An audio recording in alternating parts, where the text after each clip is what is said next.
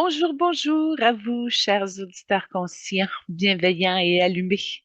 Bienvenue dans cet espace sacré où l'on respire un peu plus large, où l'on écoute un peu plus loin et où l'on ose sentir ce qui dépasse les apparences. Aujourd'hui, pour cette 153e émission d'Évoluant avec l'âme des célébrités, je vous accueille avec gratitude et présence. Je suis Julie Leblanc, médium multidisciplinaire, et je vous remercie pour votre temps, intérêt et attention. Que vous soyez en écoute active pendant que vous êtes en mouvement dans votre vie au quotidien ou que tout simplement vous laissez aller le moment dans vos énergies profondes, nous ouvrons un portail lumineux pour recevoir deux âmes dont l'élégance intérieure a marqué l'imaginaire collectif. Grace Kelly, symbole intemporel de dignité, de délicatesse et de destin royal. Et Nicole Kidman, une femme de feu doux, artiste caméléon, porteuse d'une sensibilité qui traverse les écrans et les cœurs.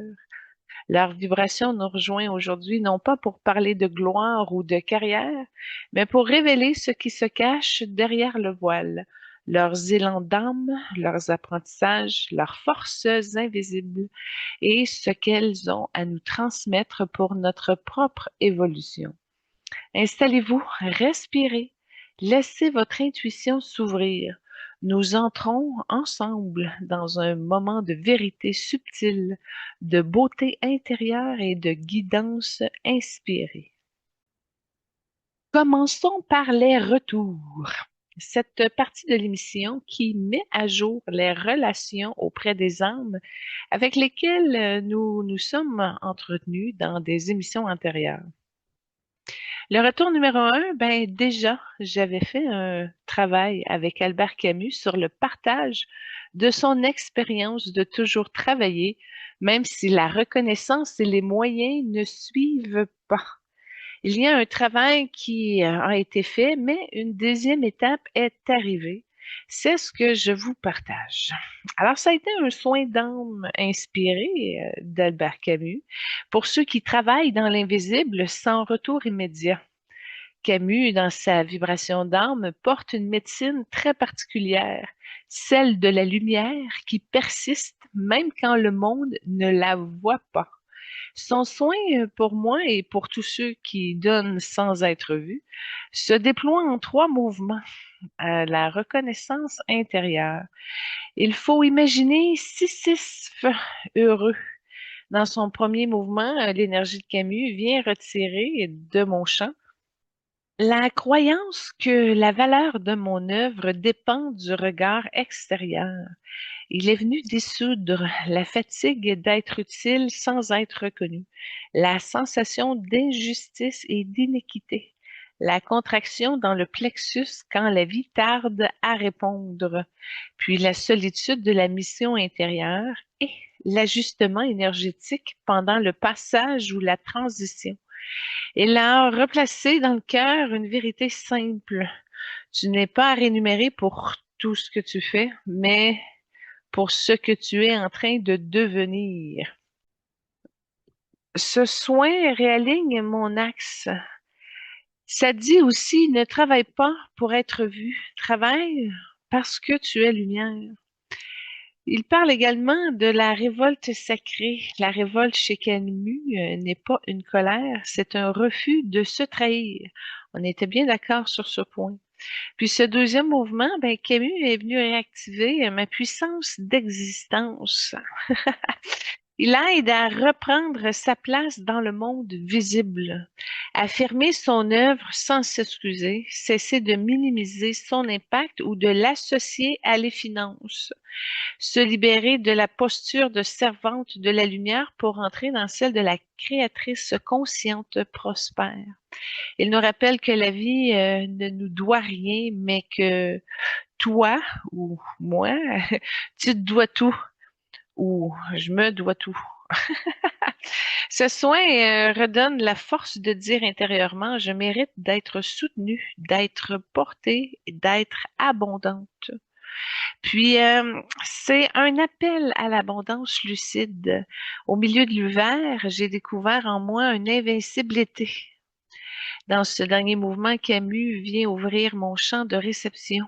Il ne m'envoie pas de l'argent directement, ce n'est pas son langage, mais il aide à retirer les filtres qui empêchent l'abondance de me rejoindre. Les loyautés inconscientes à la pauvreté spirituelle, la croyance que la lumière doit être gratuite, la peur d'être vue dans ma grandeur, la fatigue accumulée qui bloque la réception, puis la femme qui se dévoue à la famille avant tout. Il souffle dans mon aura, puis c'est une petite phrase qui a laissé: tu n'es pas seul à porter le monde. Laisse le monde te porter aussi. Et là, ça, c'est ça, c'est une belle ouverture. Puis ce soin a ouvert un espace où que les synchronicités reviennent, que les clients arrivent naturellement, que les collaborations se présentent et que la vie recommence à répondre. Non pas parce que je force, mais parce que je cesse de m'effacer. Puis ce soin est aussi pour tous ceux qui œuvrent dans l'invisible, pour les thérapeutes, les médiums, les artistes, les enseignants de conscience, les mères, les hommes de cœur, les bénévoles, pour ceux qui tiennent la lumière pendant que les autres dorment. Puis ce soin appelle que votre travail soit réel, que votre impact soit immense, que votre fatigue, bien que légitime, soit soulagée et que votre mission mérite d'être soutenue, que l'abondance n'est pas un luxe, mais un carburant. Puis Camus apporte une médecine rare, la dignité d'exister même quand personne ne regarde. Puis comment l'âme d'Albert Camus explique son propre chemin en ce sens. Puis il a dit: j'ai appris à vivre sans témoin, j'ai appris à créer sans applaudissements, j'ai appris à exister sans garantie. Puis Camus, dans sa vibration d'âme, nous montre ceci. Il n'a jamais entendu la reconnaissance pour agir. Dans sa vie, Camus a écrit, pensé, dénoncé, éclairé, sans savoir si quelqu'un l'écoutait vraiment. Il venait d'un milieu pauvre, sans réseau, sans héritage culturel. Il n'avait aucune assurance que ses mots traverseraient le temps. Ce qu'il a fait, il l'a fait par nécessité intérieure, pas pour être reconnu. Puis il dit: la lumière ne travaille pas pour être vue, elle travaille parce qu'elle ne peut pas faire autrement. Il a accepté que le monde comprenne après. Camus savait que son œuvre était en avance sur son époque. Il savait que sa pensée dérangeait, qu'elle ne rentrait dans aucune case. Il a accepté que la reconnaissance soit lente, que la compréhension soit tardive, que l'impact soit posthume, puis accepter sa relation avec l'argent de son ami pour se loger et se nourrir. Il dit: certains chemins ne se révèlent qu'après le passage. Certains gestes ne prennent sens qu'après la mort, mais ils étaient nécessaires quand même. Il a trouvé sa force dans l'absurde. L'absurde pour Camus n'est pas une punition, c'est un point de départ. Il a compris que la vie ne récompense pas toujours les justes, que le monde ne reconnaît pas toujours les lumineux, que l'effort ne garantit rien. Il dit: la vie ne te doit pas de retour immédiat, mais toi, tu te dois de rester fidèle à ton feu. Puis un autre élément, il a été porté par une fidélité à lui-même. Camus n'a jamais trahi son axe, il n'a jamais écrit pour plaire, il n'a jamais adouci sa pensée pour être accepté. Il a choisi la vérité intérieure plutôt que la facilité extérieure. Il dit: la reconnaissance n'est pas un salaire, c'est une conséquence. Elle vient quand l'œuvre est complète, pas quand l'ego la réclame. Il a compris que l'œuvre continue après la mort. Camus n'a pas été reconnu pour tout ce qu'il était de son vivant, mais son âme savait que son travail était plus grand que sa vie. Il dit, ce que tu fais maintenant dépasse ton incarnation. Tu ne travailles pas pour aujourd'hui, tu travailles pour la mémoire du monde. Il dit, comme un souffle, continue, la vie te rattrapera. Ce que tu donnes dans l'invisible reviendra dans l'invisible d'abord, puis dans la matière quand ton axe sera assez solide pour le recevoir. Et encore, tu n'es pas en manque de reconnaissance. Le monde est en retard sur toi, ce qui crée le décalage. Mais un jour, le momentum va arriver, même si tu n'es plus là. J'ai ri. Ça a brisé du découragement longuement porté, puis ça l'a encouragé mon endurance un peu de continuer. Et c'est à ce moment que j'ai reçu une bénédiction de lumière de Maître Jésus. Puis j'ai compris que c'est un lien. Je suis pas toute seule dans ce sentier-là. Puis, ben, ça aide le détachement, puis l'accueil pour de la nouveauté, même si la structure s'effrite. Je m'en suis remise à ma foi, évidemment, et je me suis promis de suivre mon cœur, mon chemin spirituel, malgré le plan matière, dont celui de subvenir à mes enfants et aux besoins de base qui doivent être assurés. J'ai grandi des pieds et dans ma partie christique également. Poursuivons avec le retour numéro 2 concernant la table ronde céleste. Nous revenons avec des armes que nous avons reçues déjà, évidemment. Nous leur demandons, selon leur âme, quels sont les enjeux mondiaux que nous vivons actuellement, puis quelles sont les solutions individuelles et collectives qu'ils proposent. Puis je leur demande également de nous bénir en fonction de leur direction, leur orientation. La salle est vaste, circulaire, baignée d'une lumière douce qui semble venir de partout et de nulle part. Le sol est fait d'une matière qui ressemble à de la glace, mais une glace vivante, vibrante, qui pulse comme un cœur. Au centre, une grande table ronde, translucide, où chaque siège est une vibration plutôt qu'un objet. Les âmes arrivent non pas en marchant, mais en se manifestant, chacune avec sa signature énergétique. Certaines entrent comme un souffle, d'autres comme une onde, d'autres comme une présence qui se déploie lentement, comme si elle prenait forme à partir d'un souvenir. Puis, une énergie massive, stable, ancrée se présente. Elle avance comme un géant tranquille. Elle porte la force du roc et la douceur d'un homme qui a connu la fragilité. C'est Mario Lemieux. Il s'assoit, mais sa présence remplit la pièce avant même qu'il ne parle. Son âme ne ressemble pas à un joueur de hockey, elle ressemble à un pilier, un gardien, un stratège de lumière. Il incline légèrement la tête comme il le faisait avant une mise au jeu importante. Puis il commence. Les enjeux mondiaux selon lui. Le monde traverse une période où les humains ont perdu leur centre. Ils patinent dans toutes les directions, sans stratégie, sans ligne directrice, sans capitaine. L'enjeu principal n'est pas politique, économique ou climatique. L'enjeu principal est la perte de cohésion intérieure. Il explique que l'humanité vit trois fractures majeures. La fracture du sens. Les gens ne savent plus pourquoi ils se lèvent le matin. Ils vivent dans une surcharge d'informations, mais une pauvreté de direction. Ils confondent mouvement et progression. Ils confondent agitation et accomplissement. Une équipe qui ne sait pas pourquoi elle joue perd avant même d'entrer sur la glace. L'humanité est dans ce vestiaire-là. La fracture du lien. Les humains sont connectés technologiquement, mais isolés émotionnellement. Ils parlent beaucoup, mais se rencontrent peu. Ils se comparent, mais ils ne se comprennent plus. Une équipe qui ne se parle pas, qui ne se regarde pas, qui ne se soutient pas, ne gagne jamais. Puis, il parle également de la fracture du courage.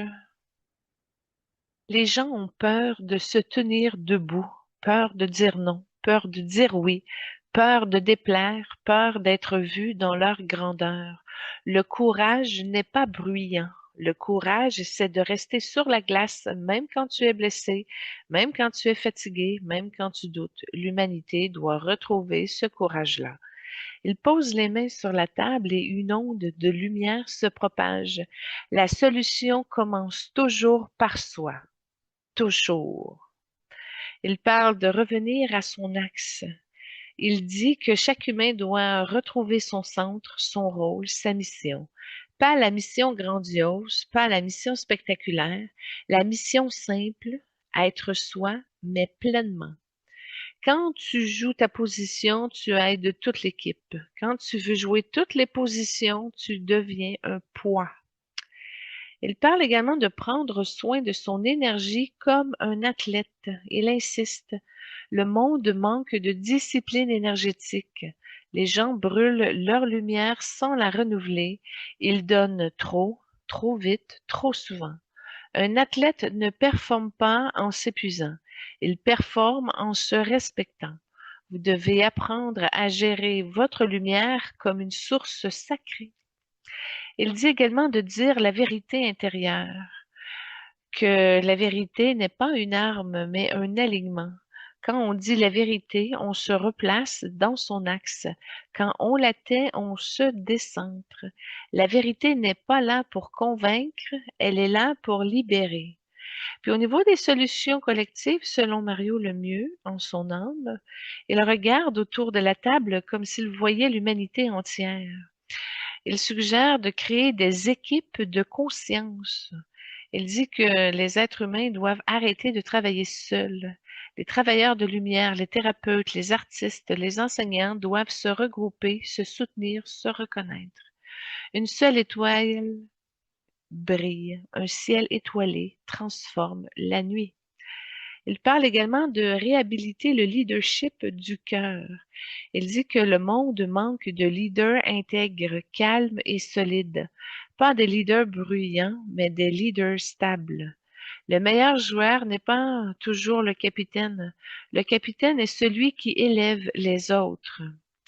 Il parle également de ramener la dignité dans la société.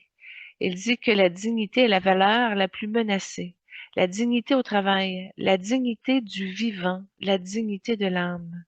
Une société qui perd la dignité perd son avenir. Ramenez la dignité et vous ramènerez la lumière. Il se lève, sa présence devient encore plus vaste, presque cosmique. Je vous bénis avec la force tranquille, dit-il, avec la constance, avec la discipline du cœur, avec la capacité de rester debout même quand le monde vacille. Je vous bénis avec la vision du joueur qui voit la glace entière et non seulement la rondelle. Je vous bénis avec la lumière de ceux qui savent que la victoire n'est jamais individuelle, mais collective. Et je vous bénis avec la certitude que chaque geste, chaque mot, chaque acte de lumière, même invisible, change la trajectoire du monde. Continuez, vous êtes nécessaire, vous êtes utile, vous êtes lumière. La table ronde s'illumine, la glace vivante pulse doucement, et l'âme de Mario Lemieux se retire, laissant derrière elle une force calme, un courage stable et une direction claire. La salle circulaire de la table ronde céleste et silencieuse, lorsque l'énergie de Frank Sinatra commence à se manifester. Ce n'est pas une apparition spectaculaire, c'est une onde, une vibration chaude, dense, presque musicale, comme si l'air lui-même se mettait à vibrer sur une note tenue. Puis une silhouette se dessine, élégante, droite, vêtue d'un costume sombre, parfaitement ajusté. Il avance avec cette démarche souple, presque féline, qui lui appartenait. Il ne cherche pas à impressionner, il est l'impression.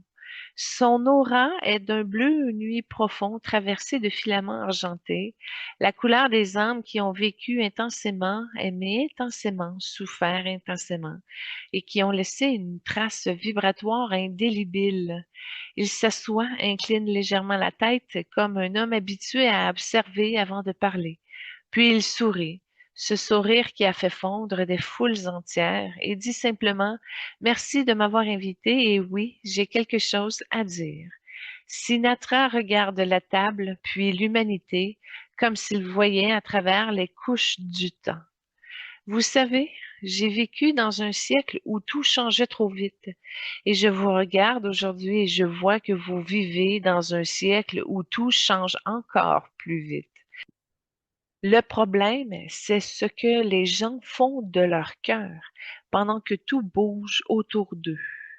Il pose maintenant ses mains sur la table, lentement. Il soulève le premier enjeu, comme la perte de la voix intérieure.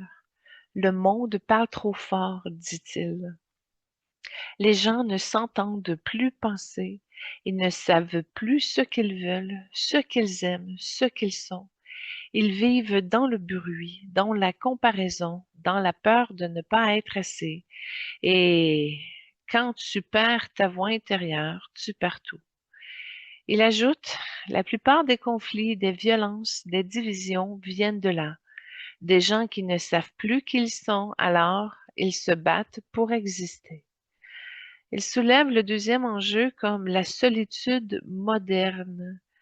Il dit, j'ai connu la solitude dans les chambres d'hôtel, dans les coulisses, dans les avions, mais la solitude d'aujourd'hui est différente.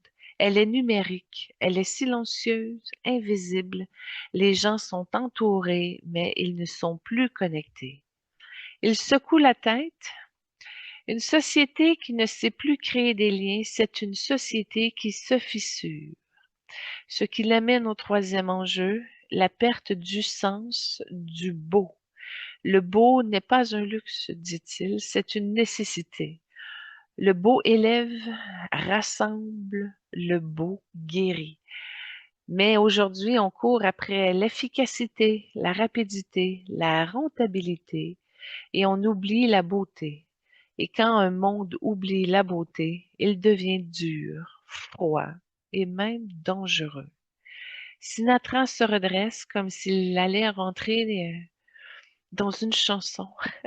Mais ce sont des mots qui sortent, des mots qui vibrent juste. Au niveau des solutions individuelles, c'est de retrouver sa note juste. Chacun a une note, une vibration, une façon d'être au monde. Et tant que tu ne la trouves pas, tu joues faux, tu souffres, tu te perds. Il sourit. Trouver sa note juste, ce n'est pas un exercice mental, c'est un acte de courage. Ça demande d'écouter ce qui fait mal, ce qui brûle, ce qui appelle. Ça demande d'arrêter de jouer un rôle et de commencer à être vrai. Au niveau des solutions collectives, il parle de recréer des lieux de lien. Le monde a besoin de lieux où les gens se regardent dans les yeux, des lieux où on parle pour vrai, des lieux où on chante ensemble, on rit ensemble, on pleure ensemble, des lieux où on se reconnaît. Il ajoute, les communautés ne meurent pas parce qu'on manque de ressources, elles meurent parce qu'on manque de présence. La solution spirituelle, c'est de remettre la beauté au centre. La beauté n'est pas un décor, c'est un remède, c'est un langage, c'est une prière. Quand tu mets de la beauté dans ta vie, dans ta maison, dans ta voix, dans tes gestes, tu changes ta vibration, tu changes le monde. Et quand assez de gens changent la vibration, le monde change plus rapidement. Sinatra ferme les yeux un instant. Quand il les ouvre, son regard est d'une douceur inattendue. Il dit, je vous souhaite de trouver votre voix, pas celle que le monde attend, pas celle que vous croyez devoir avoir, votre vraie voix, celle qui tremble un peu, celle qui vous fait peur, celle qui vous ressemble. Il pose une main sur la table, paume ouverte. Je vous souhaite de ne plus courir après la perfection. Elle n'existe pas, mais la justesse, elle, oui. Et c'est la justesse qui touche le cœur. Puis il ajoute, je vous souhaite de remettre de la beauté dans votre vie, parce que la beauté, c'est ce qui nous rappelle que nous sommes vivants et que malgré tout, le monde vaut encore la peine d'être aimé. Il se lève, ajuste sa veste et conclut. Trouvez votre note, tenez-la, et c'est le monde s'accorder à vous. Puis il disparaît dans une vibration bleutée, comme une dernière note tenue dans l'air. La lumière change encore une fois, elle devient plus chaude, plus terrestre, plus ancienne. Une vibration profonde traverse la salle comme un tambour lointain, comme un cœur qui bat depuis des millénaires. Puis une présence se manifeste. Elle n'entre pas, elle émerge, comme si elle venait du sous-sol lui-même. Une énergie stable, enracinée, vaste, porteuse d'une mémoire qui dépasse les frontières et les siècles. C'est Donnacona. Il ne parle pas tout de suite, il observe, il ressent. Il écoute la salle comme on écoute un territoire. Puis il s'avance vers la table ronde, et lorsqu'il s'assoit, c'est comme si la terre entière prenait place avec lui. Son regard est calme, mais chargé de vérité qui ne tremble pas, une vérité qui ne cherche pas à convaincre, mais à rappeler. Et les enjeux mondiaux, selon Donnacona, avec sa voix grave, lente et posée, chaque mot semble porter un millier d'années. Le monde vit une rupture avec la Terre, dit-il, et tant que cette rupture ne sera pas guérie, aucun problème ne pourra l'être. Il identifie trois enjeux mondiaux qui ne sont pas politiques mais spirituels, énergétiques et civilisationnels. La rupture avec le territoire. Les humains ont oublié qu'ils sont faits de la terre. Ils vivent comme s'ils étaient séparés d'elle. Ils consomment sans gratitude, ils prennent sans écouter, ils construisent sans comprendre. Il dit que la terre n'est pas en colère, elle est déséquilibrée. Quand un peuple oublie son territoire, il oublie son âme. Et quand un monde entier oublie son territoire, il perd sa direction. Il parle également de la rupture avec les ancêtres. Il dit que l'humanité moderne vit comme si elle était née hier. Vous avez perdu le sens du lien avec ceux qui vous ont précédés. Vous vivez sans mémoire, sans racines, sans continuité. Il explique que les ancêtres ne sont pas des fantômes, ils sont des forces, des enseignements, des lignes de sagesse. Un arbre sans racines tombe au premier vent. Une civilisation sans ancêtres tombe au premier chaos. Il parle de la rupture avec la vérité intérieure. Il dit que les humains vivent dans le bruit, dans la distraction, dans la fuite. Vous avez peur du silence, vous avez peur d'être seul, mais c'est dans le silence que la vérité parle. C'est dans le silence que la terre vous enseigne, c'est dans le silence que l'âme se souvient. Il explique que l'humanité ne manque pas de solution, elle manque de connexion. Il pose sa main sur la table, une onde douce se propage comme une respiration. Il dit, la guérison commence par le retour à soi, le retour à la terre, le retour à la vérité. Marcher en conscience. Il dit que chaque humain doit réapprendre à marcher comme un être vivant, pas comme un consommateur. Il parle également de marcher pour écouter, marcher pour sentir, marcher pour vous souvenir. Chaque pas peut être une prière, chaque pas peut être un retour. Il parle également d'honorer ses ancêtres. Il dit que les ancêtres ne demandent pas de rituels compliqués, ils demandent la reconnaissance. Parlez-leur, remerciez-les, demandez-leur guidance. Ils ne sont pas loin, ils attendent que vous les appeliez. Il parle également de retrouver le silence intérieur. Donnacona dit que le silence est un maître. Dans le silence, vous entendez la terre, dans le silence, vous entendez votre âme, et dans le silence, vous entendez ce que le monde essaie de vous dire. Il invite chacun à créer des espaces sans écran, sans bruit, sans distraction. Le silence n'est pas vide, il est plein de réponses. et il regarde la table comme s'il voyait la planète entière. Au niveau des solutions collectives, il parle de réparer la relation avec la Terre. Il dit que les humains doivent cesser de voir la Terre comme une ressource. La Terre est une mère, une alliée, une intelligence, une mémoire.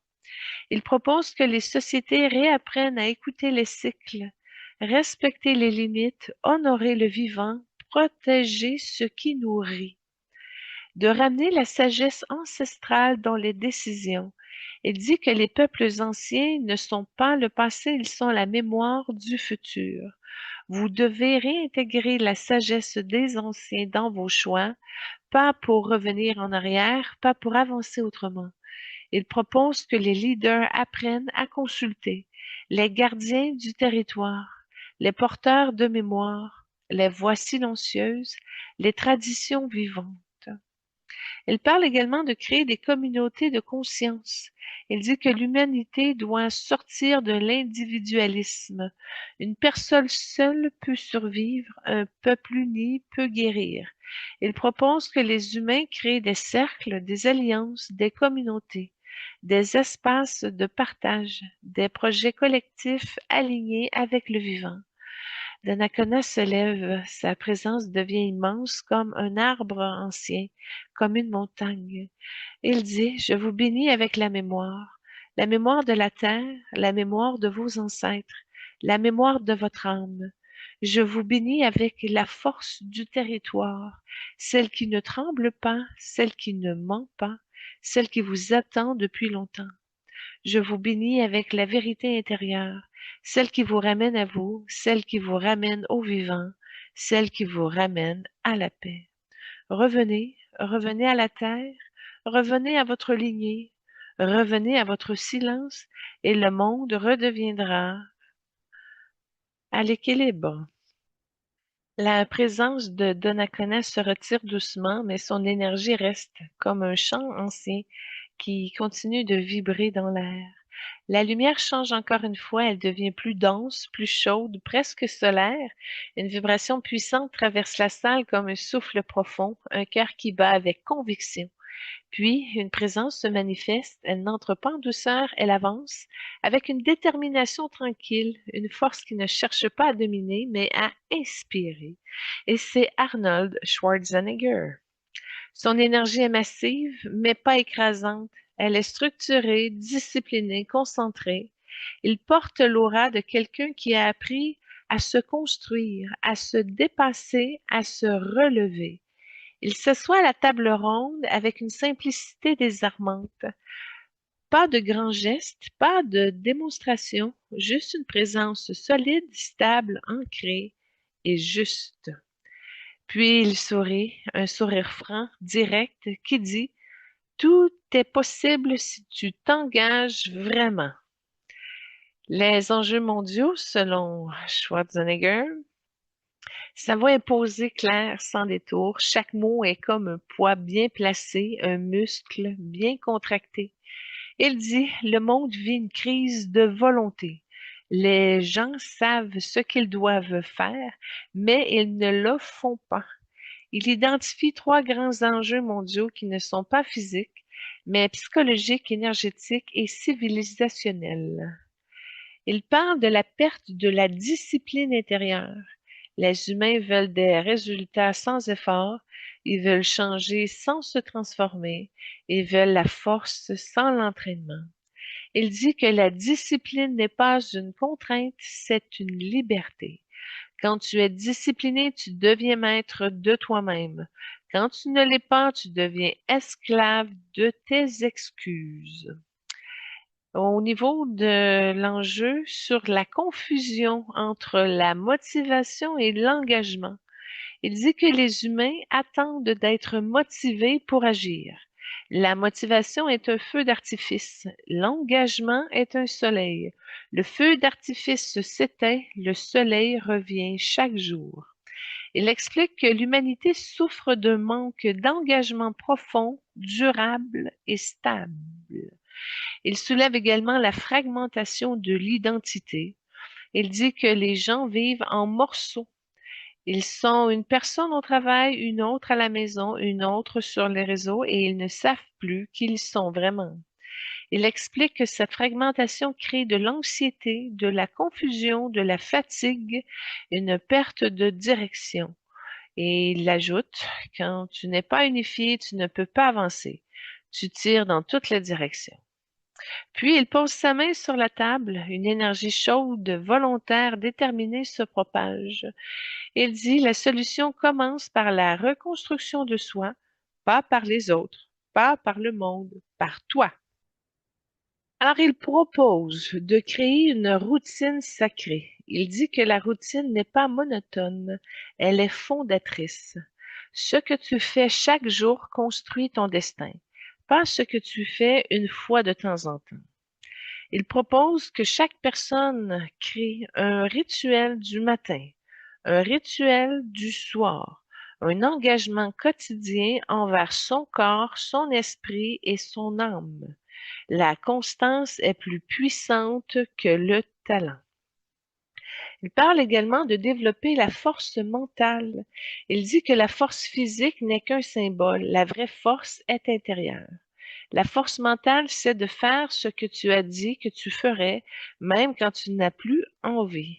Il propose de s'entraîner à tenir ses promesses, de développer la résilience, de transformer les obstacles en carburant. Chaque difficulté est une salle d'entraînement pour ton âme. Il propose également d'unifier son identité. Il dit que l'humain doit revenir un seul être, pas plusieurs personnages. Quand tu es aligné, tu deviens invincible. Quand tu es divisé, tu deviens fragile.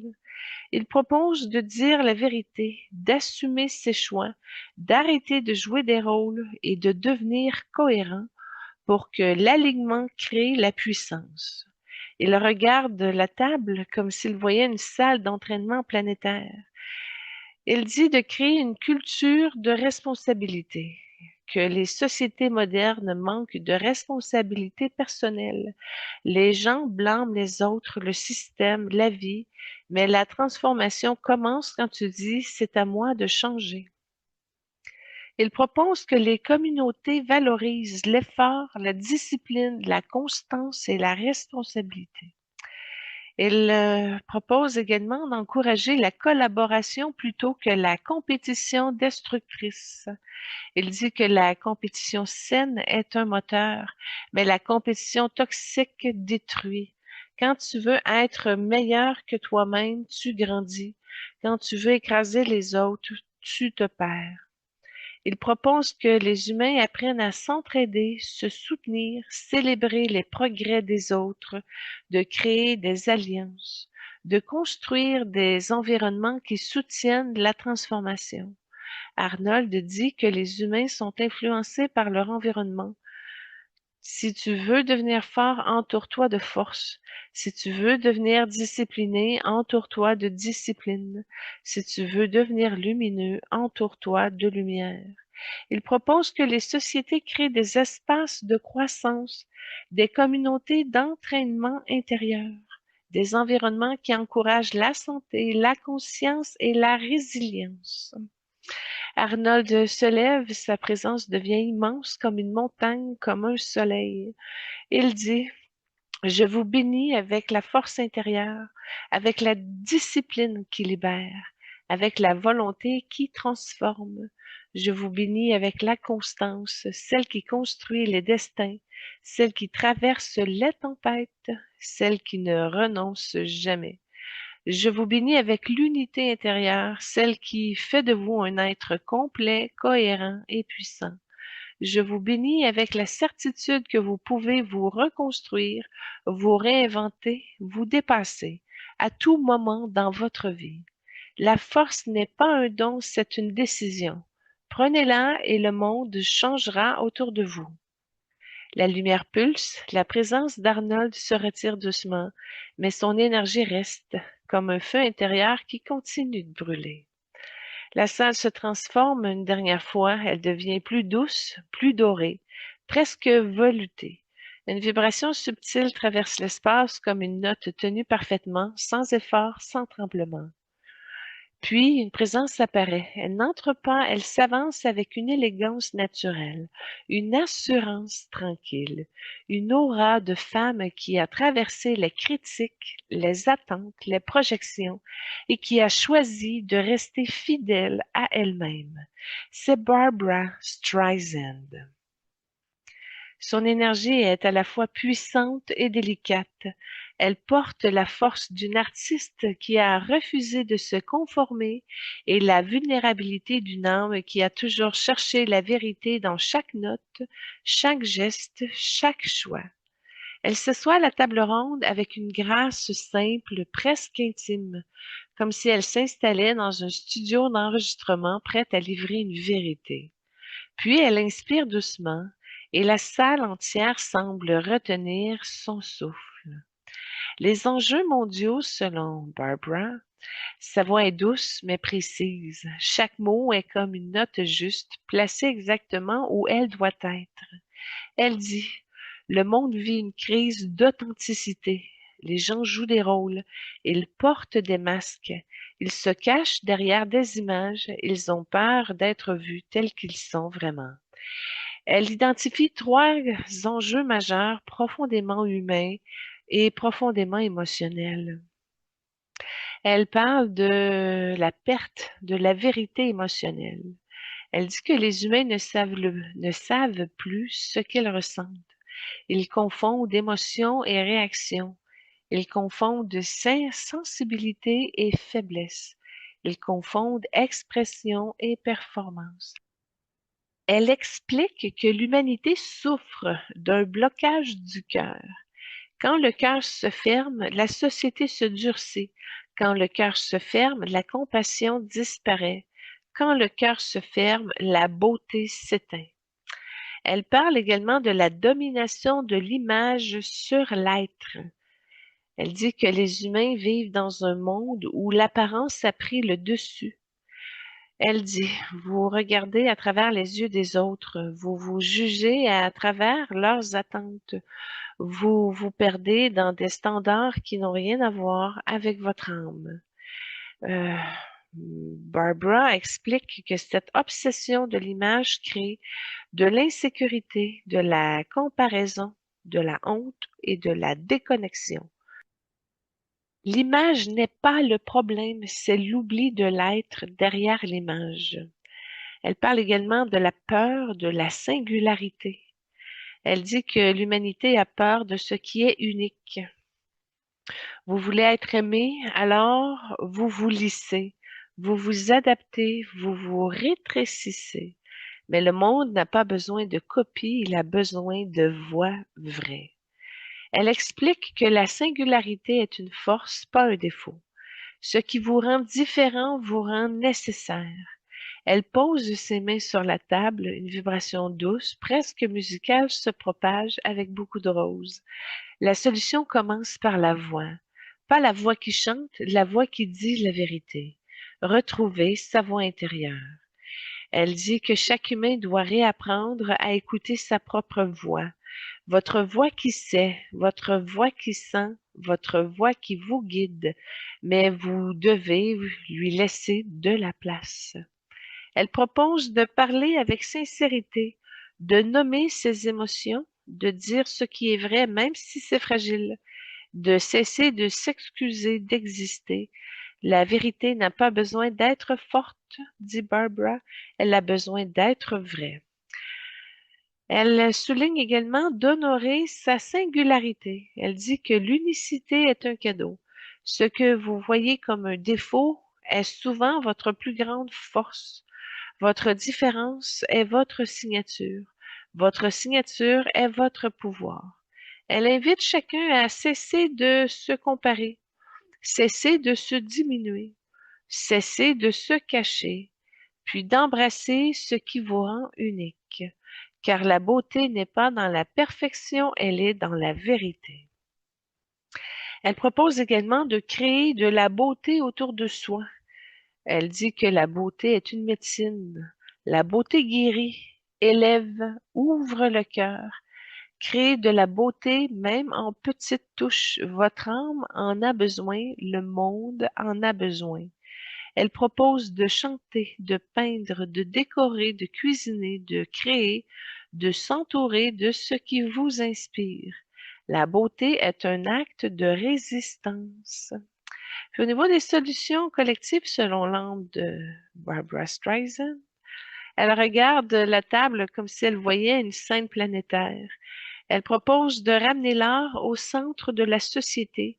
Elle dit que l'art n'est pas un divertissement, c'est une médecine collective. L'art ouvre les cœurs, l'art relie les âmes, l'art rappelle ce que nous avons oublié.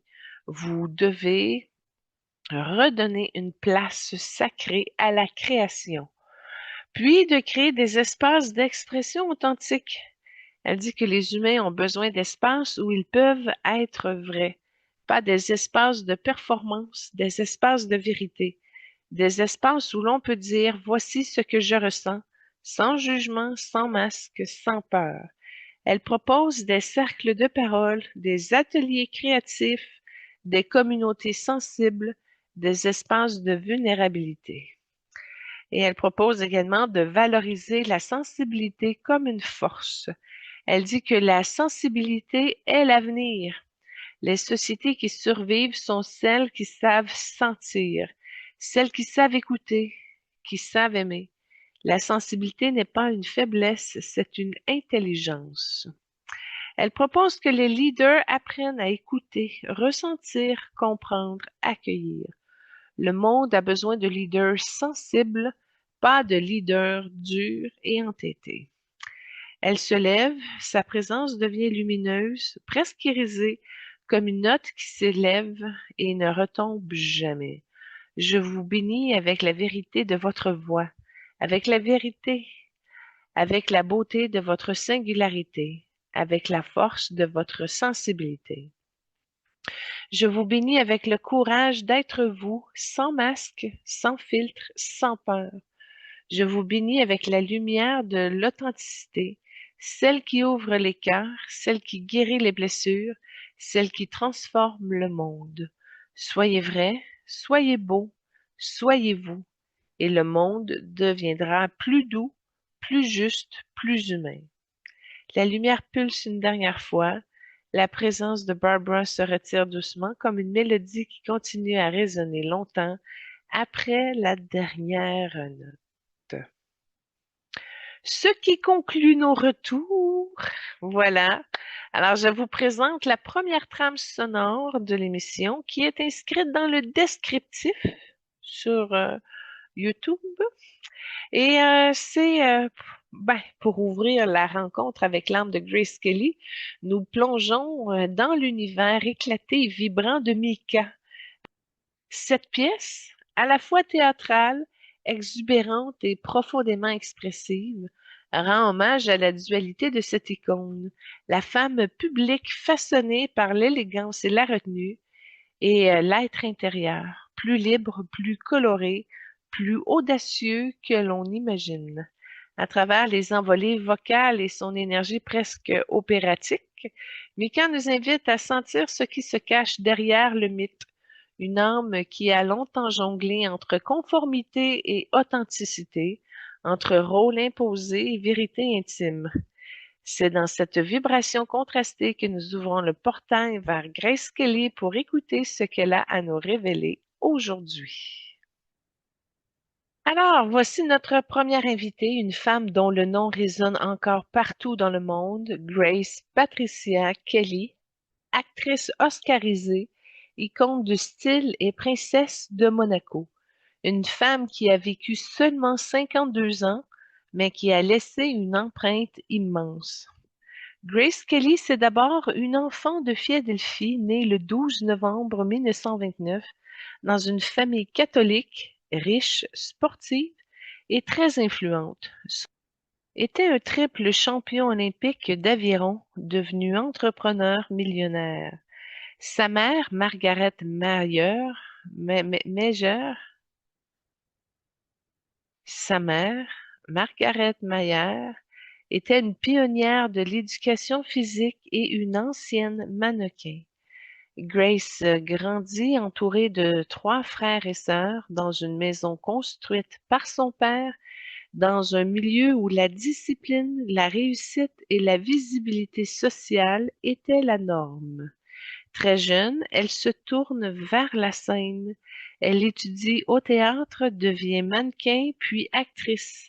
À 1,69 m et 55 kilos, elle incarne l'élégance naturelle, la retenue et la précision.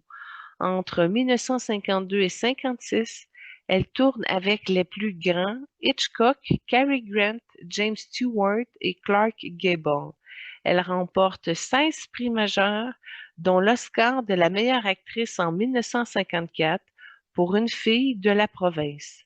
Elle devient l'une des actrices les plus respectées d'Hollywood. Mais en 1956, au sommet de sa carrière, elle fait un choix qui étonne le monde. Elle quitte le cinéma pour épouser le prince Rainier III de Monaco.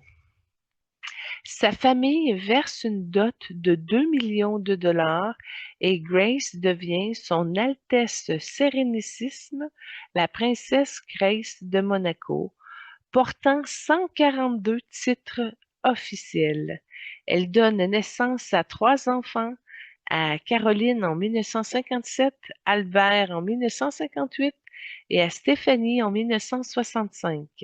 Elle met fin à sa carrière d'actrice, mais pas à son engagement. Elle devient présidente de la Croix-Rouge de Monaco, marraine d'orphelinat, protectrice des artistes, défenseuse de l'allaitement maternel, fondatrice d'AMAD Mondial, une ONG reconnue par l'ONU qui protège les enfants dans le monde entier. Elle soutient les artisans, les danseurs, les institutions culturelles et contribue à transformer Monaco en un centre artistique international. Grace Kelly, c'est aussi une icône de mode. Son fameux sac Kelly d'Hermès porte son nom. Elle est intronisée au Temple international des personnalités les mieux habillées. Ses robes, ses photos, son style fresh face continuent d'inspirer les créateurs d'aujourd'hui. Sa vie s'interrompt tragiquement en 1982, le 14 septembre, après 2 hémorragies cérébrales et un accident de voiture sur les routes de Monaco. Elle avait 52 ans, ses funérailles rassemblaient des centaines de personnalités du monde entier. Ranier ne se remaria jamais et sera enterré à ses côtés en 2005. Aujourd'hui, son héritage est immense. Une rosée de plus de 4000 roses, des bibliothèques, des timbres, des pièces commémoratives, des expositions, des fondations, des écoles de danse, des avenues, des hôtels, un parfum et surtout des milliers d'artistes et d'enfants soutenus grâce à elle. Grace Kelly disait: J'aimerais qu'on se souvienne de moi comme une personne ayant accompli des actions utiles. Et c'est exactement ce qu'elle laisse derrière elle. Une vie de beauté, de service, d'élégance et d'impact. Alors, je vous présente la deuxième trame sonore qui vient de True Love. Elle chante avec Bing Crosby. Pour accompagner la douceur et la noblesse intérieure de Grace Kelly, nous plongeons dans l'intemporel True Love, interprété par Bing Crosby et Grace Kelly elle-même. C'est une chanson issue du film High Society qui porte une vibration de pureté, de simplicité et d'harmonie. Une forme d'amour qui ne cherche pas à briller, mais à être vrai. La voix délicate de Grace, presque murmurée, révèle une facette rare de son âme.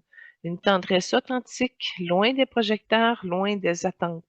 À travers cette mélodie apaisante et élégante, on ressent l'appel d'un amour qui se veut sincère, stable et presque sacré.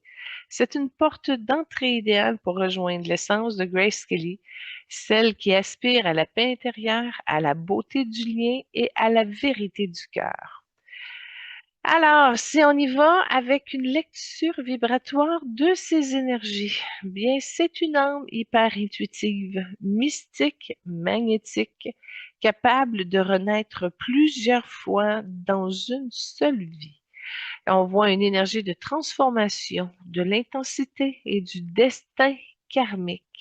C'est une hypersensibilité. On voit beaucoup de compassion et c'est une vocation de guérisseuse. À la maternité symbolique, évidemment, puis un besoin de protéger. Mais Grace a une aura lunaire. Bon, ben, Grace Kelly n'était pas qu'une actrice, elle était un archétype. Une femme qui porte la vibration de la grande prêtresse, celle qui voit derrière les apparences. Donc, c'est un destin public inévitable, un appel à quitter une vie pour en incarner une autre, une mission de beauté, d'harmonie et de protection. Elle n'a jamais été faite pour Hollywood, elle a été faite pour un rôle sacré. On voit également l'énergie de l'incarnation du pouvoir, de la maîtrise, du rayonnement public. Et on le voit aussi dans son énergie qu'on retrouve également chez les reines, chez les dirigeantes, chez les femmes qui portent un royaume. Ce sont des âmes qui doivent apprendre à équilibrer pouvoir et vulnérabilité. Et Grace Kelly a vécu exactement cela. Une ascension fulgurante, un mariage royal, une responsabilité immense, puis un destin marqué par la pression et la maîtrise émotionnelle. Alors, au niveau de de sa couleur d'âme, elle est blanc nacré, or pâle et bleu céleste. Le blanc nacré pour la pureté et l'élégance et l'aurant intemporel. L'or pâle pour la noblesse d'âme, la mission d'élévation. Puis le bleu céleste pour la communication, l'inspiration, puis le rôle de muse. C'est la palette des âmes royales incarnées pour inspirer, pas pour dominer. Et au niveau de la famille d'âme, ben Grace Kelly appartient aux inspirateurs, les émissaires de beauté. Ce sont des âmes qui élèvent la vibration collective par l'esthétique, qui incarnent l'harmonie, qui servent de miroir à l'humanité et qui portent une aura presque irréelle. Elle n'est pas là pour faire, mais pour être. J'ai regardé dans son livre de vie quelques incarnations antérieures et puis j'ai vu une prêtresse guérisseuse en Égypte ancienne qui travaillait avec des huiles, des parfums, des rituels de purification. Elle portait déjà la vibration de la beauté sacrée. J'ai vu une noble de la Renaissance italienne élevée dans l'art, la musique, la diplomatie. Elle servait de médiatrice entre familles rivales, déjà un destin public, déjà une aura magnétique. Puis j'ai vu également une religieuse contemplative au Moyen Âge, une vie de silence, de prière, de dévotion. Elle a appris la discipline, la retenue et la maîtrise émotionnelle qu'elle a incarnée dans sa vie de princesse aujourd'hui. Grace est une âme ancienne, raffinée, qui porte la vibration de la féminité sacrée, silencieuse et lumineuse. Et je vous présente la dernière trame sonore pour compléter l'exploration vibratoire de Grace Kelly. Nous revisitons une scène culte du film High Society, où elle danse avec Frank Sinatra. Cette séquence empreinte d'une grâce naturelle et d'une complicité subtile révèle une facette plus spontanée et vivante de Grace, une femme capable de se laisser porter, jouer, de s'ouvrir à la joie simple du moment. Aux côtés de Sinatra, une figure charismatique et magnétique, elle rayonne d'une élégance décontractée, presque espiègle. Cette trame sonore nous permet de ressentir l'équilibre unique qu'elle portait, la noblesse du geste, la douceur du cœur et la liberté intérieure qui affleurait dès qu'elle se sentait en confiance. Une vibration parfaite pour poursuivre notre rencontre avec son âme. L'espace de la table ronde céleste s'ouvre comme un voile de lumière nacrée. Une brise douce traverse le cercle, comme si l'air lui-même retenait son souffle, puis apparaît la silhouette de Grace Kelly. Elle n'entre pas, elle glisse, elle se dépose dans l'espace comme une plume de lumière. Son aura est blanche, irisée, presque translucide, avec des reflets or pâle. C'est la vibration des âmes qui ont vécu dans la retenue, dans la dignité, la maîtrise, mais aussi une immense solitude intérieure. Elle s'assoit avec une élégance naturelle sans effort, puis elle incline légèrement la tête comme une reine qui reconnaît la souveraineté des autres âmes présentes. Puis elle dit d'une voix douce mais ferme: Merci de m'accueillir dans cet espace où je peux enfin parler sans rôle, sans titre, sans devoir. Je viens comme une âme, pas comme une princesse. Grace se pose ses mains sur la table, son regard est clair, profond, presque translucide. Elle parle avec une lucidité désarmante. Concernant les enjeux mondiaux, c'est au niveau de la perte de la dignité humaine. Elle dit: Ce qui me frappe le plus dans votre époque, c'est la manière dont la dignité humaine s'effrite. Les gens ne se regardent plus, ils ne s'écoutent plus, ils ne se traitent plus avec respect. La dignité n'est pas un luxe, c'est la base de toute civilisation. Puis elle ajoute: Une société qui perd la dignité perd son âme. Au niveau du deuxième enjeu, elle parle de la fragmentation du féminin. Le féminin est éparpillé, divisé, opposé à lui-même. On demande aux femmes d'être tout et son contraire, forte mais douce, indépendante mais disponible, parfaite mais naturelle. Cette fragmentation crée une souffrance immense. Le monde a besoin d'un féminin unifié, apaisé et souverain. Elle parle également du troisième enjeu comme la disparition du sacré. Le sacré a quitté les gestes, les paroles, les relations. On vit vite, on consomme vite, on aime vite, mais rien ne se dépose, rien ne s'enracine, rien ne devient mémoire. Le monde a besoin de retrouver le sens du rituel, de la lenteur et de la profondeur. Grace redresse légèrement le menton. Elle parle comme une femme qui a appris à vivre dans la maîtrise, mais qui a aussi connu la douleur de ne jamais pouvoir se déposer. Elle parle comme solution individuelle de retrouver la noblesse intérieure. La noblesse n'est pas un titre, c'est une posture intérieure. C'est la manière dont on se tient dans le monde, la manière dont on parle, dont on aime, dont on se respecte. Retrouvez votre noblesse intérieure et le monde changera autour de vous. Elle parle des solutions collectives comme de restaurer la beauté comme valeur. La beauté n'est pas superficielle, elle est essentielle, elle élève, dit-elle. La beauté apaise, rassemble. Le monde a besoin de remettre la beauté au centre. Dans l'architecture, dans les relations, dans les gestes, dans les mots. La beauté est un acte politique, un acte spirituel, un acte de guérison. Elle propose comme solution personnelle de réhabiliter le sacré dans le quotidien. Le sacré n'est pas réservé au temple, il est dans la manière de préparer un repas, de regarder un enfant, de toucher une main, de respirer. Ramenez le sacré dans vos vies et vous retrouverez votre centre. Elle ferme les yeux, une lumière blanche descend autour d'elle. Elle dit: Je vous bénis pour votre courage de vivre dans un monde bruyant. Je vous bénis pour votre désir de beauté dans un monde qui l'oublie. Je vous bénis pour votre cœur qui cherche encore la douceur. Que votre vie devienne un geste sacré, que votre présence devienne un refuge, que votre âme devienne un phare. L'espace change, il devient plus intime, plus doux, plus profond. Grace se tourne vers moi, non pas comme une invitée, mais comme une âme qui en reconnaît une autre. Ce que je vois en elle, c'est une femme qui a trop porté de silence, une âme qui a dû se sacrifier pour un rôle, une beauté qui a servi de bouclier, une sensibilité qui n'a jamais pu s'exprimer pleinement.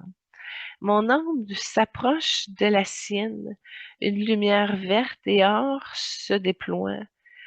Puis, c'est vraiment dans une vibration de guérison, de vérité et de verticalité que ça se passe. Mon âme lui offre la permission de se déposer. et de déposer le rôle. La guérison du silence, la libération du devoir, la réconciliation avec sa féminité profonde, puis la permission d'être vulnérable, humaine et imparfaite. Grace reçoit cela comme un baume, elle ferme les yeux, une larme de lumière glisse sur sa joue, la première larme qu'elle s'autorise depuis longtemps. Elle dit merci, je n'ai jamais eu cet espace. Grace pose sa main lumineuse sur mon cœur énergétique et elle m'offre une lumière de la grâce incarnée, la capacité de dire la vérité avec douceur, de la souveraineté féminine, l'art d'occuper son espace sans s'excuser, la beauté sacrée également, la vibration qui élève, apaise et inspire, la dignité intérieure, la posture de la reine intérieure. La maîtrise émotionnelle apaisée, non pas par la retenue, mais la clarté. Puis elle me dit, tu n'as pas besoin d'être parfaite pour être souveraine. Tu n'as qu'à être vraie. Et ça a été finalement suivi par un échange de cadeaux spirituels. Mon cœur lui a offert un voile de lumière rose et or pour un symbole de douceur retrouvée, de féminité apaisée et de liberté intérieure, avec une belle bénédiction sacrée de l'Égypte, avec une belle croix en C de lumière argentée douce. Puis, ça a vraiment aidé à vibrer la divinité dans les profondeurs, la reconnaissance humaine. Donc, elle est venue placer son énergie dans son incarnation de Grace Kelly, mais également parallèlement aujourd'hui qui elle est. Je vous reviens là-dessus. C'est de l'information qui, qui parle de d'où elle est rendue aujourd'hui. Bref, elle nous offre, parce qu'elle me le donne à moi, mais c'est aussi à vous si vous le souhaitez dans votre âme, un diadème de lumière blanche, symbole de souveraineté, de dignité et de beauté sacrée. Puis ces deux énergies qui s'est fusionnées dans mon champ, je suis devenue plus grande, plus claire et plus alignée. Puis j'ai posé ma main sur son cœur lumineux et je lui ai dit, Grace, je te bénis pour ta beauté, ta dignité, ta lumière, ta compassion. Je te bénis pour ce que tu as incarné, pour ce que tu as traversé et pour ce que tu as offert au monde. Que ton âme soit honorée, que ta vibration continue d'élever et d'accompagner, que ta lumière continue d'inspirer. Merci d'avoir marché sur terre et d'être venu aujourd'hui. Grace s'est inclinée légèrement devant moi, puis elle disparaît avec une lumière blanche nacrée. Elle dit, je vais revenir à la fin de l'émission pour un parallèle avec Nicole, avec qui on enchaîne avec sa première trame sonore pour bien afficher son passage suite à l'émission. Alors, pour ouvrir la rencontre avec l'âme de Nicole Kidman, nous entrons dans l'univers flamboyant et baroque de Moulin Rouge, avec l'inoubliable numéro Diamonds Are a Girl Best Friend. Dans cette performance, Nicole incarne Satine avec une intensité magnétique, une femme qui brille, qui séduit, qui joue avec les cordes du glamour, tout en cachant une vulnérabilité profonde. Sa voix, à la fois cristalline et chargée d'émotions, révèle une âme qui connaît les contrastes, la lumière de la scène et l'ombre des sacrifices, l'éclat du personnage et la vérité intérieure qui cherche à se dire.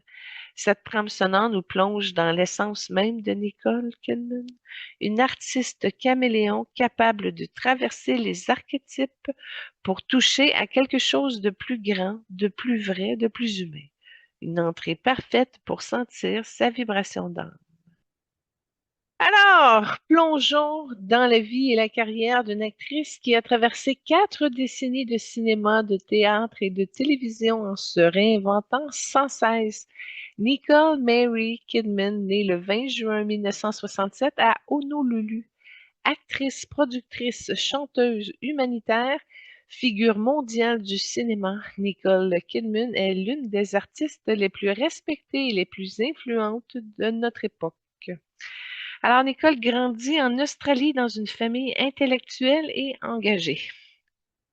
Son père, Dr. Anthony Kidman, est biochimiste, psychologue et écrivain.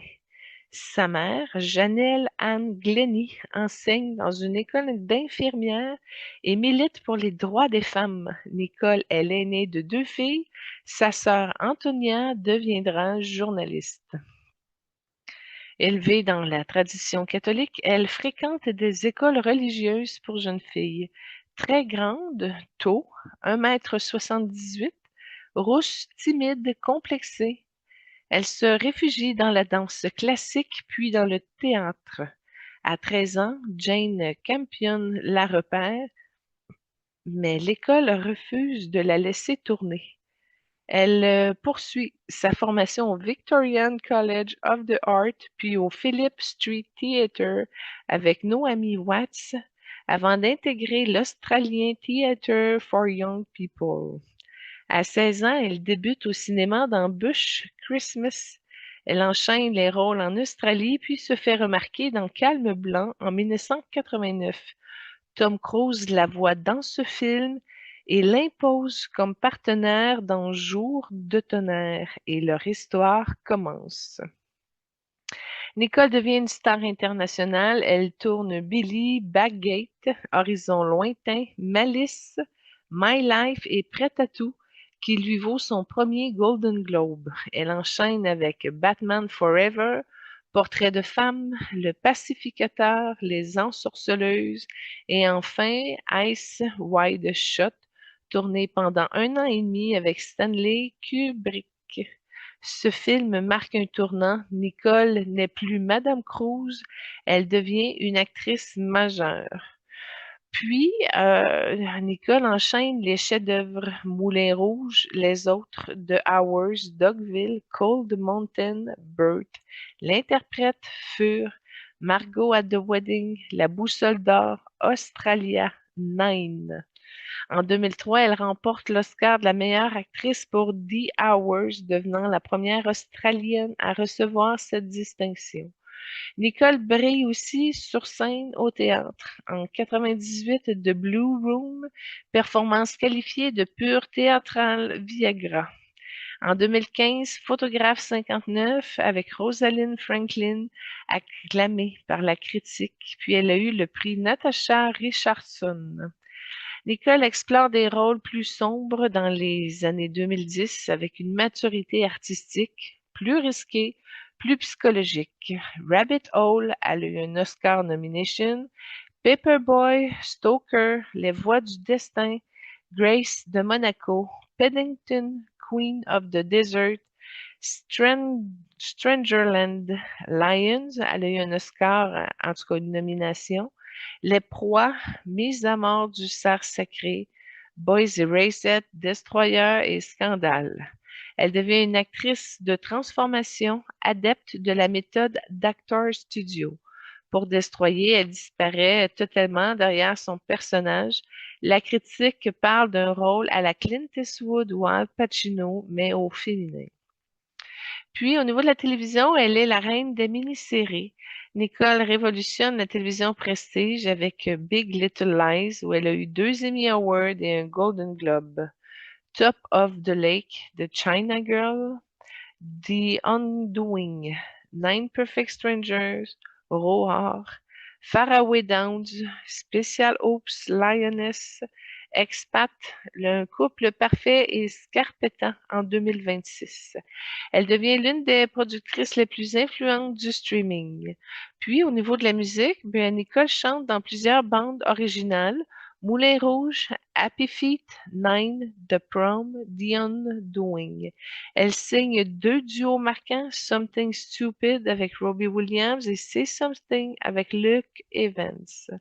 Au niveau de sa vie privée, elle épouse Tom Cruise en 90. Ils adoptent 2 enfants, Isabella et Connor. Le couple divorce en 2001. Nicole traverse une période de dépression malgré son Oscar. En 2006, elle épouse le chanteur country Keith Urban, qu'elle considère comme l'amour de sa vie. Ils ont 2 filles, Sunday Rose et Faith Margaret. Le couple annonce sa séparation en septembre 2025 après 19 ans de mariage. Nicole a toujours refusé de parler publiquement de la scientologie par respect pour ses enfants. Puis, au niveau de ses engagements humanitaires, Nicole est l'une des voix les plus importantes au monde pour les femmes et les enfants.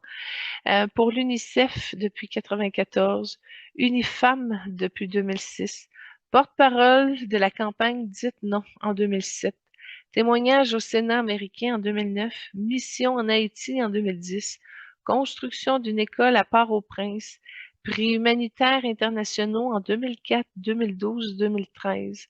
Elle lutte contre les violences sexuelles, les mariages forcés, la discrimination et défend les droits humains. Nicole brille aussi dans The Prom, Being de Ricardo, où elle a eu un Golden Globe Oscar nomination, The Northman, de A Family Affair, Baby Girl, où elle a eu une coupe Volpi 2024. Elle joue aussi en 2024 où elle reçoit le AFI de Life Achievement Award, l'une des plus hautes distinctions du cinéma américain. Puis en 2025, elle est chargée elle annonce qu'elle allait prendre du repos. Bref, tout ça pour dire que Nicole Kidman, c'est plus de 70 films, plus de 20 séries et téléfilms, 6 Golden Globes, 2 Emmy Awards, un Oscar, une coupe Volpi, des dizaines de prix humanitaires, une carrière de 40 ans, une influence mondiale, une capacité à se transformer, à se mettre en danger et à renaître. C'est une actrice totale, une productrice visionnaire, une humanitaire engagée, une femme qui a traversé les épreuves, les scandales, les ruptures, les triomphes et qui continue encore aujourd'hui de repousser les limites de son art. Nicole n'est pas seulement une star, elle est une icône, créatrice et une survivante, mais surtout une légende vivante. Je vous présente la deuxième trame sonore pour poursuivre avec l'âme de Nicole. Nous entrons dans une scène douce, lumineuse et presque enchantée du film Bewitched, où elle danse avec Will Ferrell sur la chanson Bewitched de Steve Lawrence. Dans ce moment suspendu, Nicole incarne la magie subtile, une innocence mêlée à la féminité assumée, un charme qui ne force rien mais qui enveloppe tout. Sa présence délicate et rayonnante révèle une âme qui sait jouer avec la légèreté sans jamais perdre sa profondeur. Cette trame sonore nous permet de sentir la Nicole intérieure, intuitive, sensible, capable de transformer un instant en vibration tendre et lumineuse.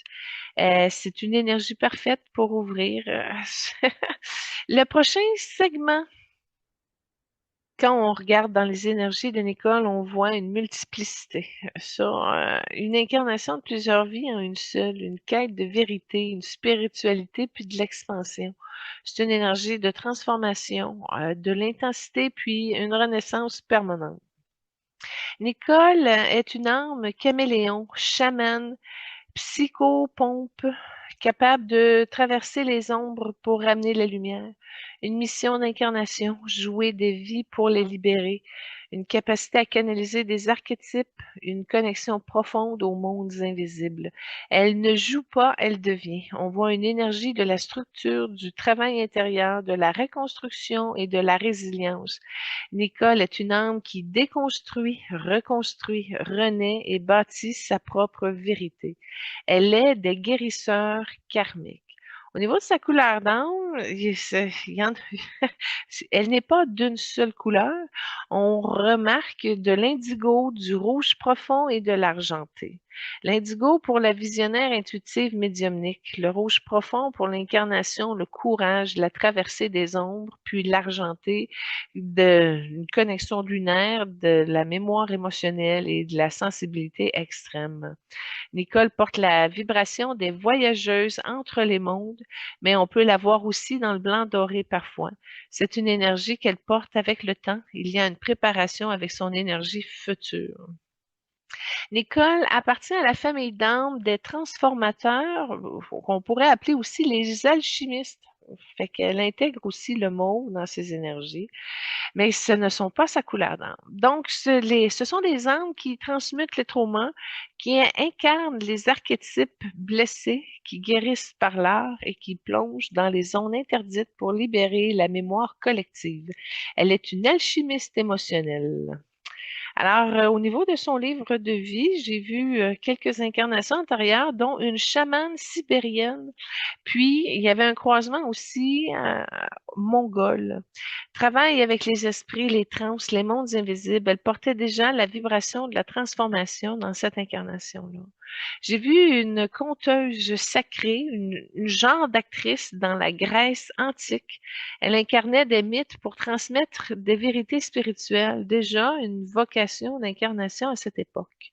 Et j'ai vu une guérisseuse, mais sage-femme dans une communauté celte. Le travail avec les plantes, les cycles, les renaissances et les morts, elle portait la mémoire du féminin sacré. Alors, Nicole est une âme incarnatrice, alchimiste, voyageuse qui utilise son art pour libérer des mémoires collectives. Je vous présente la dernière trame sonore, Something Stupid, qu'elle a faite avec Robbie Williams pour compléter ce segment audio. Euh, Musicale, si on peut dire. C'est une interprétation où Nicole laisse tomber les artifices du glamour pour offrir une présence douce, presque timide, où l'on sent une sincérité désarmante. Sa voix légère et posée se mêle à celle de Robbie dans une harmonie qui évoque la complicité, la simplicité et l'élégance des amours qui se disent sans trop en faire. Cette trame révèle une école plus intime, une âme sensible, romantique, capable de se déposer dans la douceur et la vérité du moment. Alors voilà, nous poursuivons avec l'espace de la table ronde qui change à nouveau. Après la lumière nacrée de Grace, une énergie plus dense, plus chaude, plus profonde se manifeste. Une vibration rouge sombre, indigo et argentée. La signature des âmes qui ont traversé les ombres pour ramener la lumière.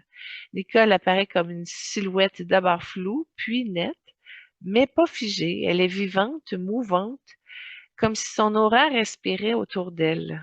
Elle avance avec une intensité tranquille, pas retenue, pas de façade, pas de masque. Elle s'assoit, croise les mains, me regarde droit dans l'âme et dit: je suis ici pour dire la vérité, la mienne, la vôtre, et celle que nous portons tous. Son aura se pulse légèrement comme une énergie énergétique. Elle est présente, entière, sans filtre. Nicole ne parle pas comme une princesse, elle parle comme une femme qui a traversé des vies entières dans une seule vie. Le premier enjeu mondial, selon elle, c'est la dissociation émotionnelle collective.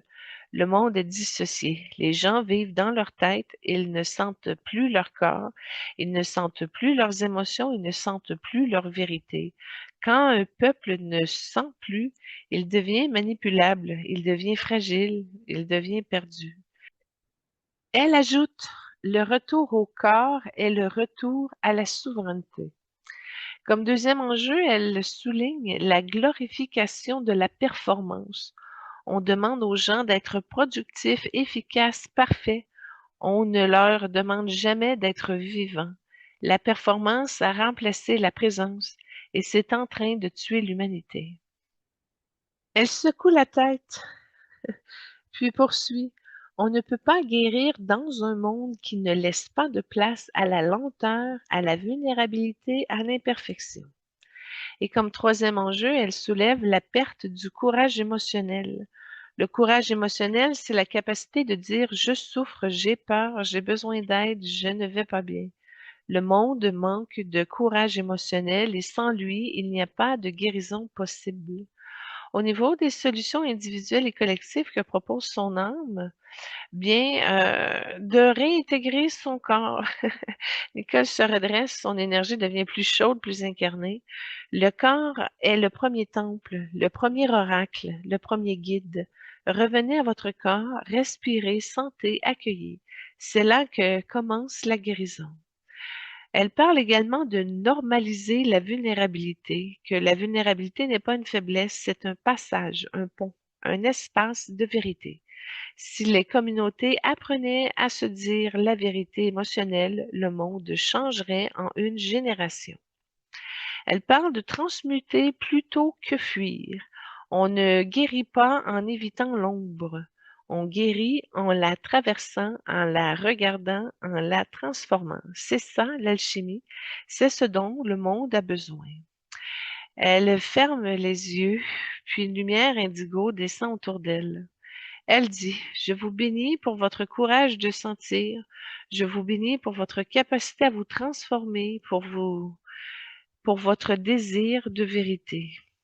Que votre corps devienne un guide, que votre cœur devienne votre boussole et que votre âme devienne votre maison. L'espace se densifie, il devient plus chaud, plus viscéral, plus incarné. Nicole se tourne vers moi. Elle ne me regarde pas comme une invitée, elle me regarde comme une égale, une sœur, une femme qui porte aussi des transformations. Ce que moi je vois en elle, c'est une femme qui a porté des rôles trop lourds, une femme qui a incarné des douleurs qui n'étaient pas les siennes, un corps qui a absorbé des mémoires émotionnelles collectives, une hypersensibilité qu'elle a dû cacher pour survivre. Et puis je m'approche d'elle, mon aura devient un mélange de vert profond et d'or chaud, la vibration de la guérison incarnée, de la vérité et de la verticalité. Je lui offre un espace de décompression énergétique, un espace où elle peut relâcher les rôles qu'elle a portés, les émotions empruntées, les identités superposées, les douleurs incarnées pour le collectif, puis les mémoires de personnages qui ont laissé des traces dans son champ. Et je lui ai dit, tu peux te déposer ici, ce que ton corps a porté pour les autres. Tu peux relâcher ce qui n'est pas à toi. Tu peux revenir à ton essence. Nicole ferme les yeux, son aura se met à trembler légèrement, signe qu'elle relâche enfin. Puis elle dit, merci, je n'avais jamais eu un espace où je pouvais déposer tout ça. Nicole pose sa main énergétique sur mon plexus solaire et elle m'offre la permission d'être multiple, d'être plusieurs femmes en une seule, sans justification, sans culpabilité. Elle m'offre également la puissance de transformation, la capacité à transmuter les mémoires, les blessures, les anciennes versions de moi. Elle parle également dans son cadeau de la vérité émotionnelle. C'est une énergie de courage, celui de dire ce qui est vrai, même quand c'est inconfortable.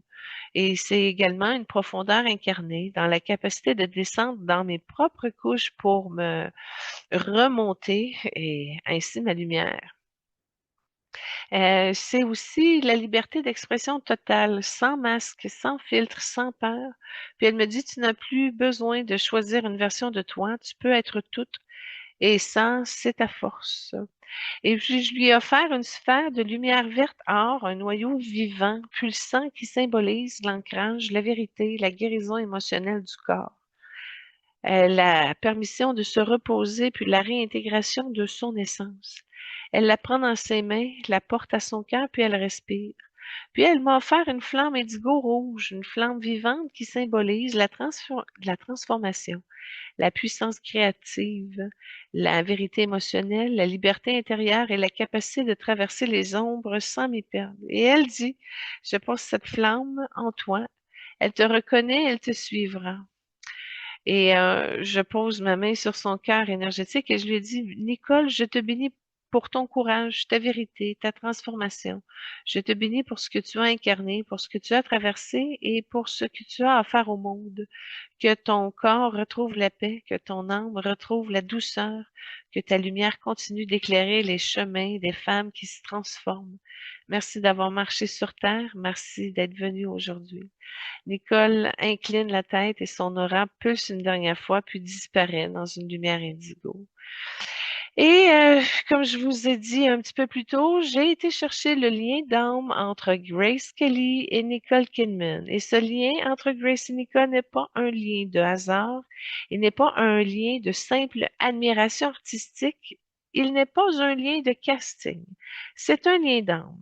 un lien ancien qui précède leur vie humaine, un lien qui s'est réactivé lorsque Nicole a accepté d'incarner Grace dans Grace of Monaco. Puis leur lien d'âme est celui de deux femmes initiatrices, deux archétypes du féminin sacré, deux âmes qui ont porté la beauté comme mission et deux femmes qui ont dû sacrifier une partie d'elles pour leur destin public. Elles appartiennent toutes deux à des familles différentes mais complémentaires. Grace, les inspiratrices, les émissaires de beauté, Nicole, les transformateurs, les alchimistes, ce sont deux pôles du féminin sacré, la beauté qui élève et la transformation qui libère.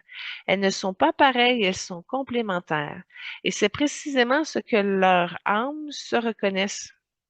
Se sont-elles connues dans d'autres vies? Oui, et pas qu'une fois. J'ai vu une incarnation en Égypte ancienne. Grace était une prêtresse guérisseuse, gardienne des rituels de beauté sacrée. Nicole était une voyageuse spirituelle, une chamane venue d'une autre région qui travaillait avec les trans et les visions. Elles ont collaboré dans un temple dédié à la féminité sacrée. Grace apportait la douceur, la lumière, la pureté. Nicole apportait la transformation, la traversée des ombres et la vérité. Elles n'étaient pas amies au sens humain, elles étaient deux forces complémentaires, deux aspects du même archétype. J'ai vu une incarnation en Europe médiévale où Grace était une noble contemplative, une femme silencieuse, raffinée qui vivait dans la retenue. Nicole était une sage-femme guérisseuse, une femme du peuple intuitive, directe, qui aidait les femmes à traverser les passages difficiles. Elles se sont croisées dans un moment de crise. Grace avait besoin d'aide pour une grossesse difficile. Nicole l'a accompagnée énergétiquement et c'est là que ça scellé un lien de la confiance. Et j'ai vu une troisième incarnation commune en Renaissance italienne. Grace était une muse, une femme d'influence dans un cercle artistique. Nicole était une artiste conteuse, une femme qui incarnait les mythes sur scène. Elles ont travaillé ensemble dans le cercle d'artistes mystiques. Grace inspirait, Nicole incarnait. Et le lien s'est renforcé au niveau de l'admiration mutuelle. Comment Grace a vécu le fait d'être incarnée par Nicole? J'ai été voir. C'est ici que la lecture vibratoire devient très fine. Grace n'a pas regardé le film comme un humain, elle l'a ressenti comme une vibration. Puis ce que Grace a ressenti, c'est de la gratitude parce que Nicole a approché son essence avec respect, délicatesse et profondeur. De la reconnaissance parce que Nicole a compris sa solitude, sa retenue et son conflit intérieur. De la douceur, parce que Nicole a incarné non pas la princesse, mais la femme. De la tristesse, parce que certaines parties de son histoire ont été romancées, simplifiées et déformées. Puis de la paix, parce que Nicole a permis à son âme d'être revisitée, réentendue, réhumanisée. Ce que Grace n'a pas aimé, le film n'a pas rendu justice à sa profondeur intérieure. Certaines scènes ont manqué de vérité vibratoire, puis le montage final a coupé des éléments essentiels de son essence. Mais ce que Grace a aimé profondément, c'est que Nicole a porté sa vibration, que Nicole a compris sa douleur, que Nicole a honoré sa dignité et a incarné sa lumière, et ça, pour une âme, c'est immense. Bon, est-ce que Grace s'est réincarnée depuis? Alors là, oui et non. Je vous explique. Une partie de Grace s'est réincarnée, une partie seulement. Les âmes de haute vibration se fragmentent parfois pour continuer leur mission sur plusieurs plans. Une partie de Grace est revenue dans une âme jeune, née après 2010, dans un corps féminin, dans une famille aimante, dans un pays d'Europe du Nord. Cette partie porte la douceur, la sensibilité, la beauté intérieure, la vibration artistique et la mission d'inspirer. Mais une autre partie de Grace reste dans les plans supérieurs. C'est cette partie qui est venue à la table ronde. C'est la partie sacerdotale, lumineuse, inspiratrice, protectrice royale. C'est la partie sacerdotale, lumineuse, inspiratrice, protectrice royale. Cette partie ne se réincarne plus. Elle guide, elle inspire, elle élève. Le lien d'âme entre Grace et Nicole dans cette vie-ci, c'est un lien qui s'est réactivé lorsque Nicole a accepté le rôle. Ce n'est pas un choix de carrière, c'est un appel d'âme. Grace a soufflé sur Nicole, Nicole a entendu, Nicole a répondu. Le film n'est pas un succès critique, mais vibratoirement, il a été un passage initiatique pour Nicole. Elle a reconnecté à une vie antérieure, réactivé sa mission de la beauté sacrée, guéri une mémoire de femme sacrée, intégré une partie de la vibration de Grace, puis renforcé sa propre souveraineté féminine. Et Grace, de son côté, a guéri une mémoire de silence, a retrouvé une voix, a été honorée, a été vue dans sa vérité et a été libérée d'un rôle figé. Alors voilà, pour conclure, merci. Merci d'avoir voyagé avec nous dans cet espace sacré, dans cette rencontre d'âme, dans cette exploration vibratoire où la conscience et la beauté et la transformation se rejoignent. Merci à Grace Kelly et à Nicole Kidman pour leur présence subtile, leur sagesse, leur lumière, leur vérité déposée dans notre cercle. Merci à leur âme d'avoir accepté de se dévoiler, de se laisser toucher et de se laisser transformer et de nous offrir leur message pour notre époque. Et surtout, merci à vous qui êtes restés jusqu'à la fin de cette émission. Merci pour votre ouverture, votre écoute, votre présence, votre cœur. Merci de faire partie de cette communauté qui choisit la conscience, la profondeur, la beauté et la vérité. Je veux aussi remercier toute l'équipe du Focus Group qui collabore à l'émission. Vous êtes les gardiens de la vibration, les piliers invisibles qui soutiennent chaque épisode, chaque intention, chaque transmission. Votre présence, votre retour, votre sensibilité, votre intelligence vibratoire, tout cela nourrit l'émission et permet d'exister dans sa forme la plus juste.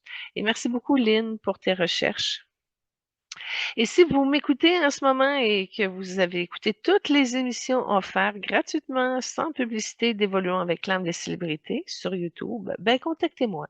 Parce que j'ai une place pour vous dans le Focus Group, une place pour ceux et celles qui sentent l'appel, qui veulent contribuer, qui veulent faire partie de cette aventure vibratoire. Et si vous souhaitez aller plus loin, plus profondément, plus intimement, je vous rappelle que j'offre aussi des consultations privées pour ceux et celles qui veulent une lecture vibratoire personnalisée, un accompagnement, un espace de vérité et de transformation. De libération aussi, j'ajouterais.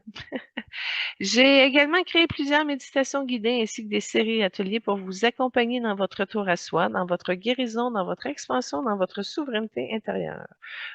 Contactez-moi, ça va me faire plaisir de vous orienter. Et si cette émission vous a touché, vous a inspiré, vous a ouvert quelque chose en vous, ben, je vous invite à liker notre chaîne YouTube, à suivre notre page Facebook et qui sait, partager l'émission sur vos réseaux parce que chaque partage est une vibration qui se propage et chaque geste contribue à élever la conscience collective. Et à vous qui écoutez, je vous bénis pour votre présence, votre ouverture et votre cœur. Que cette émission vous accompagne, vous élève, vous apaise, vous inspire. Que vous puissiez marcher dans votre vérité, dans votre beauté et dans votre lumière. Merci d'avoir été là. Merci d'être vous. Merci de faire partie de cette aventure et on se retrouve dans le prochain épisode. D'ici là, évoluons ensemble, évoluons avec l'âme. Namasté.